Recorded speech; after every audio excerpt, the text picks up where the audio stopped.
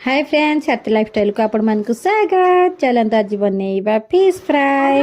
देखो मुझे सब फिश को आनी देती फिश को आनिक भल भाव में क्लीन कर कट लगे देती जेहेतु कट लगे मसला जहाँ दबा आम भल भाव में जीव तो मसला को सब लंका गुंड हल्दी गुंड जीरा पाउडर धनिया पाउडर सोरिष बटा देले भी भल लगे अदा रसुण पेस्ट देले भी भल लगे आपण इच्छा जोड़ा देवे आपण चॉइस सबको देखु भल भाव में मैरिनेट करके रखीदेली देखो भल भाव में मसला जमी भितर को जीव सब भल भाव में गोलिकी रखिए।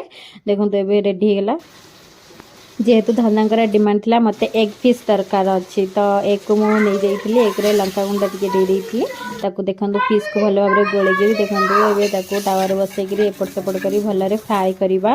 तो देखो आर पटा के सुंदर बनी ना एग फिश एमती कहीं खाई एमती दिने बन खाते कमी लगे मत कमेंट निहत भाव में जानते फ्रेंड्स आउ लाइक भी कर दिंतु फ्रेंड्स जदि आपण मानक मो वीडियो भल लगुच तो निहत भाव में मत सब्सक्राइब भी करदेवे मुझे जानची फ्रेंड्स आपण मैंने निहत भाव में करदेवे।